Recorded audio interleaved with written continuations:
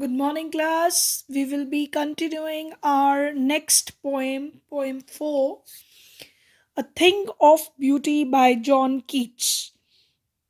John Keats, who is a famous British romantic poet, he has written so many poems, and this poem is an excerpt from his poem Endymion, which is a romantic poem, romantic romance.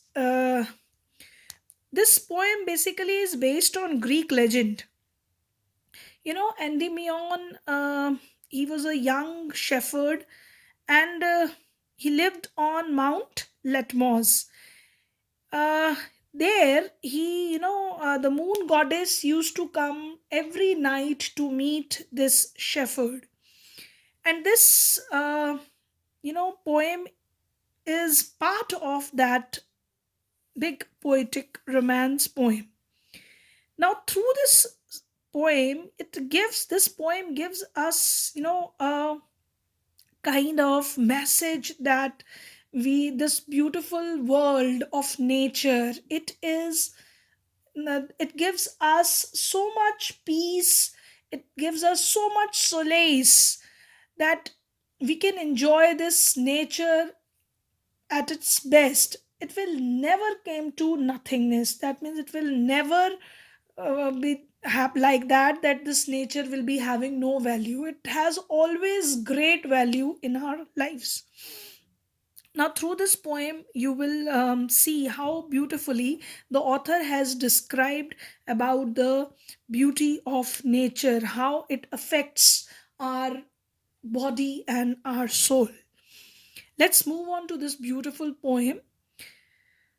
A thing of beauty is a joy forever. Its loveliness increases. It will never pass into nothingness.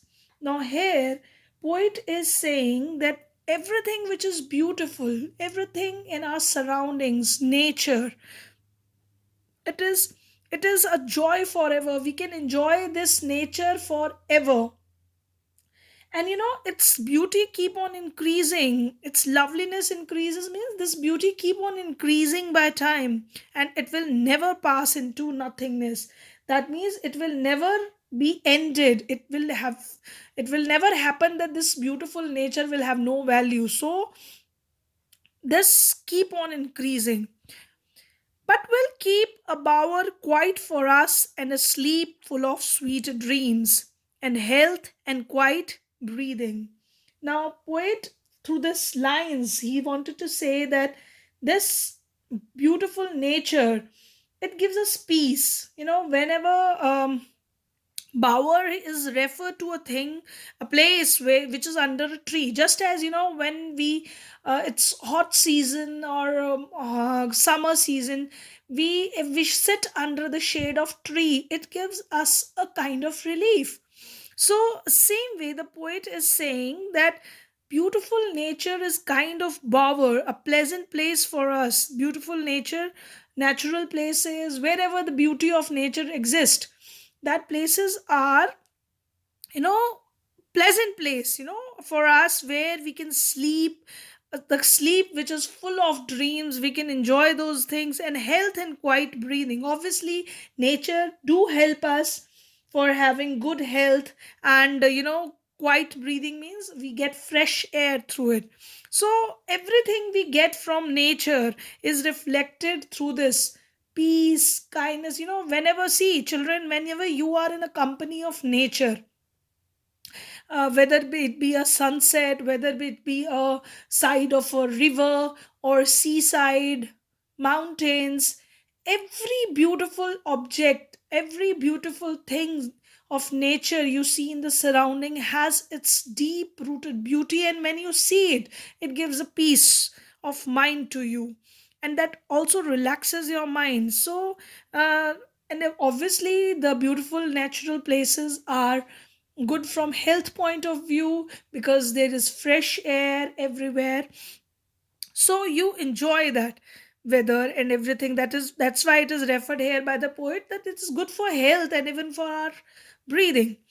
Therefore on every morrow we wreath a flowery band to bind us to the earth. Now here he wanted to say morrow refers to next day or morning. So here poet wanted to say that every morning we are surrounded by beauty. We are around that place where everything is beautiful. It may be the flowers. So when we are surrounded by nature, we every time we connect with earth with its beauty.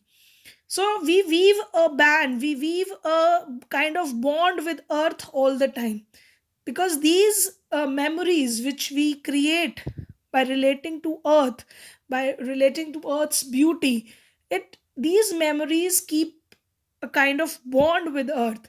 And that what the poet is referring, that this flowery band could be referred to as beautiful memories with the nature, with the memories we form with nature. So these nature, the things which we have enjoyed in nature, they bind us to the earth. Spite of despotins of the inhuman dearth of noble natures of the gloomy days, of all the unhealthy and over darkened ways made for our searching, yes, in spite of all. Through these lines, poet wanted to convey the idea that in this, malice of despotins refers to disappointment, spite refers to malice, because everywhere there is disappointments on around us.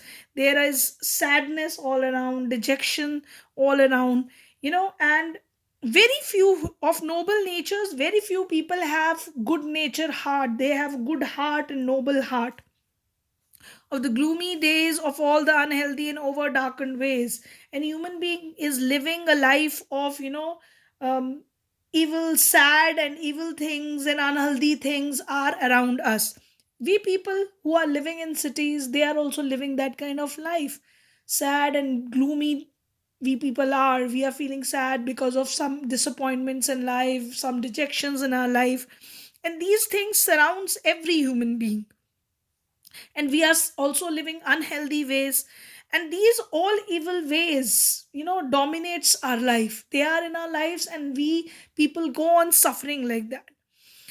Now made for our searching, yes, in spite of all, some shape of beauty moves away the pall from our dark spirits. Now here point wanted to say, although in spite of all these things, these all dark things, all disappointing things, sad things which exist in our life, these things are there. But in spite of all these things, these all beautiful things of nature, they remove the pall, they moves away the pall. Pall refers to the covering. They remove this covering from our hearts, this sad hearts, So beautiful nature removes this disappointment from our heart, sadness from heart, and then we become very cheerful. Such the sun, the moon, trees old and young, sprouting a shady boon. The poet is here trying to say about the things of beauty which are around us, all the natural objects. It may be the sun, it may be the moon, everything around us, the beautiful world of nature. And he even says sprouting of shady boons for simple sheep. These all no shady boons refers to the blessings which these uh, trees make for the simple sheep. Simple, these pastures, green areas, they are loved by animals. Sheep can be also used as a metaphor for human beings, because every simple human being love nature. And such are daffodils with the green world they live in. Daffodils are the kind of flowers, they grow in a wild, and so many in number they grows in groups. So in this green world of nature, daffodils make the surroundings beautiful. And clear rills refers to the small stream which flows, that for themselves a cooling covert make, where these small streams flow. What happens there? Small bushes, trees grow near those streams because they are getting enough water. And these rivers, they are the shady place. So the poet is trying to say that these clear rills form Cooling covert refers to the shelter area, for these streams are kind of place where they are covered with these trees and bushes, and thus they form a shady place. So the poet is trying to say that they form a very cooling place, giant against the hot season. During the summer season, these place gives the relief. The mild forest break, rich with sprinkle of fair musk rose blooms. Now here he's trying to say that these thickets, those are grown in the jungle with the musk rose, beautiful flowers. They are full of flowers. So they gives the beauty, they add beauty to the nature, and such too is the grandeur of dooms. Now here the poet is trying to say about this beautiful place. All these things mentioned here are the things of beauty which is referred as the part of nature, whether it is sun, moon. You have to remember these places which are mentioned by the poet, beautiful places. And then now he comes to that the these places, they may be these beautiful places, sprinkle of flare mass rose blooms, and such too is the grandeur of the dooms. And then poet tries to say that this beautiful places, they surpasses no these surpasses the grandeur of dooms that we have imagined for our mighty people, our forefathers, who have lived a mighty life, those who are very powerful. They have lived a beautiful life. And then what happened with these people? They died one day, and we heard about their stories that they are gone to heaven. Heaven is a beautiful place. So, poet is trying to say here through this that are all lovely tales that we have heard or read, and endless fountains of immortal drink pouring unto us from the heaven brink. Now, poet is trying to say through all these lines that when we heard stories about our ancestors, that they have lived a very grand life, they have, uh, they are the mighty people, these forefathers. They are, they have lived. We heard about the lovely tales of their grandness, and this beautiful nature. Also, we heard different stories from our people, that different stories which might we have heard from people, or we come to know from someone. So all those stories of nature, when we imagine about those beautiful places, but these all things are behind this natural beauty which exists on earth. Whenever we talk of nature, it's above all every beauty. So in that sense, poet is trying to say that there is heaven on earth. This nature keep on pouring its drink refers to that nature always showers its blessing on earth. We can enjoy this nature on this earth, and thus we are enjoying heaven on this earth. So poet is trying to say that whether we create stories, that after life there is heaven, and always these heaven is presented with beautiful things, that there are big fountains there, beautiful places, garden. Even in Bible it is mentioned that when a human being dies, he in the heaven he found beautiful fountains, he can enjoy, relish there. Beautiful, God has created beautiful gardens for them. So why not on this earth? We can enjoy those beautiful gardens, beautiful nature here on this earth. And that what John Keats, the poet of the poem, is trying to say, that this nature keeps on showering this immortal drink on us, which is pouring from unto us from the heavens brink. And this beautiful nature is definitely coming from the heaven. So this is a beautiful poem written by the poet where he appreciate nature.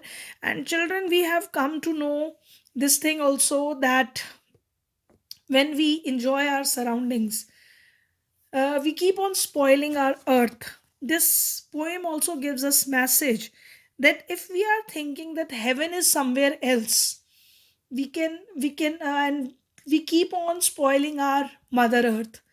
And that's really a bad thing which we observe in the present day world, that we are not caring for nature. So definitely, uh, you should be caring towards nature. You should be, concerned towards nature. You should not be spoiling nature. Try to grow more trees, try to preserve this beauty, and that will definitely be a help to our mother earth. And definitely we can say that this nature is going to give this beauty to us, for it will never come to an end. But if human beings go on spoiling the earth,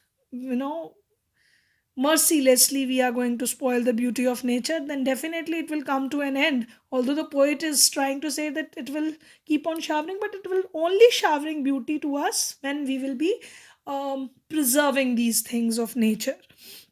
So it is in human hands. So this poem is also sensitize children.